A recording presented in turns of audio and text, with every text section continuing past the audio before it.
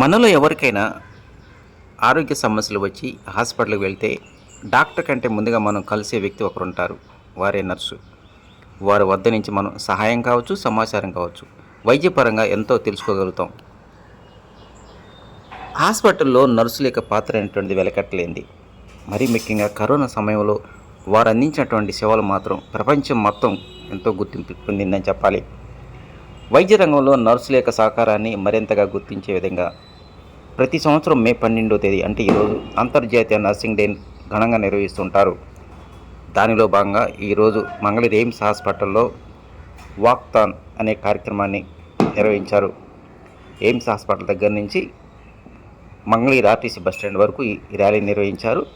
మనిషి ప్రాణాలను ఏ విధంగా కాపాడాలి అంటే చనిపోతున్న సమయంలో ఆ మనిషికి ప్రాణాలు కాపాడటానికి ప్రాథమికంగా ఏం చర్యలు తీసుకోవాలి అంశంపై సిపిఆర్ విధానం ఎలా అమలుపరచాలి అనేపై నర్సింగ్ విద్యార్థులు చేసినటువంటి ఈ ప్రదర్శన అందరిని ఆకట్టుకుందని చెప్పవచ్చు. అంతర్జాతీయ నర్సింగ్ డేని పురస్కరించుకొని మంగళగిరి ఎయిమ్స్ హాస్పిటల్లో గత వారం రోజుల నుంచి వివిధ కార్యక్రమాలు నిర్వహించారు.